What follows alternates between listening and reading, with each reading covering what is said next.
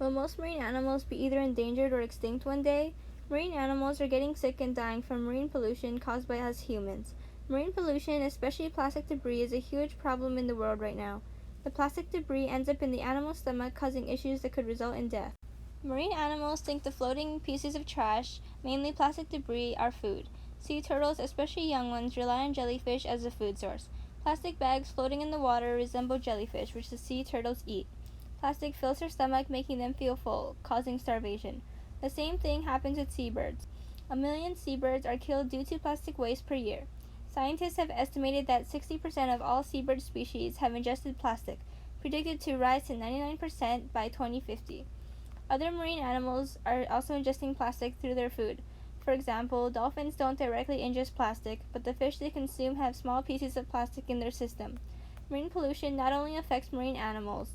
According to a study done comparing coral reefs that have been associated with plastic waste, corals that came into contact with plastic had an 89% chance of contracting a disease. Coral that hadn't come into contact with plastic only had a 4% chance of contracting a disease. A lot of marine life use coral reefs as their homes or source of food. The disease that the coral contracts would affect the species who come into contact with them. The disease could also cause corals to die, leaving many animals without food or homes. Water pollution started around 1948 when factories first started releasing pollutants into rivers and streams. In 2015, Robert Lee Hotz wrote an article about which countries created the most ocean trash. China was first on the list, creating 8.8 million metric tons. Indonesia created 3.3 million metric tons. The US was 12th on the list, creating only 0.3 million metric tons of trash. 4 years have passed, but the statistics are relatively the same. According to a report done by the Ocean Conservancy in 2017, China, Indonesia, the Philippines, Thailand, and Vietnam were responsible for the majority of the ocean's plastic pollution. My hypothesis for this research project centers on how plastic ingestion causes problems for marine animals, resulting in sickness or death.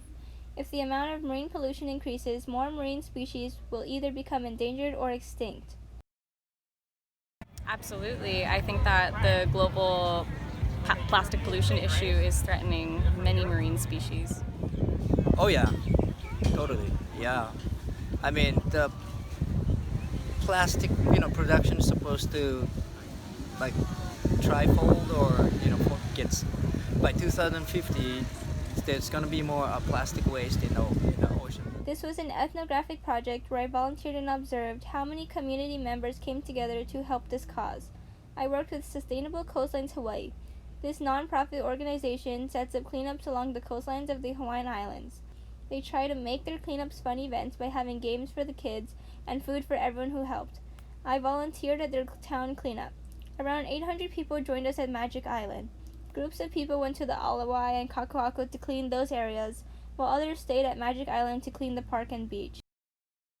I think that there is too much trash in our oceans that comes from all over the world, but there's also a lot of rubbish on our coastlines here in Hawaii.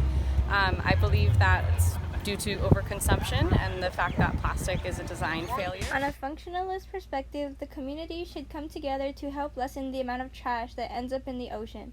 Because the people of the community are contributing to something for a greater cause, they can connect with one another. It also raises awareness within the society about the issue, causing more people to support in any way they can. On a conflict perspective, humans think they're the dominant species. Many people don't care about the amount of trash in the oceans because they think it isn't directly affecting them, it's only affecting marine life, who are below them. On an interactionist perspective, a lot of relationships wouldn't be able to be formed. Scientists interact with the marine animals to create relationships that help with their research on understanding the minds of marine animals, such as dolphins. The micro level would be myself. I wanted to spread awareness about the issue and how these animals are slowly going to become endangered or extinct if this issue gets worse. The meso level of this issue would be the state. There's organizations and groups of people who get together to clean up the coastlines, preventing more trash from going into the ocean. A lot of local companies also make an effort to be more eco-friendly using paper instead of plastic. The macro level of this issue would be the country, the US. While there are many organizations and groups that clean the coastlines and oceans of trash, there's also organizations that help marine animals when they're found injured. These organizations help nurse the animals back to health before releasing them back into the wild. There aren't definite solutions for this issue, but there's a lot that people can do to help lessen the impact. My findings are that a lot of people care about the oceans and they come together to help clean the beaches, preventing a lot of trash from going into the oceans. If people keep throwing trash on the ground or into the oceans, marine animals will become endangered or extinct.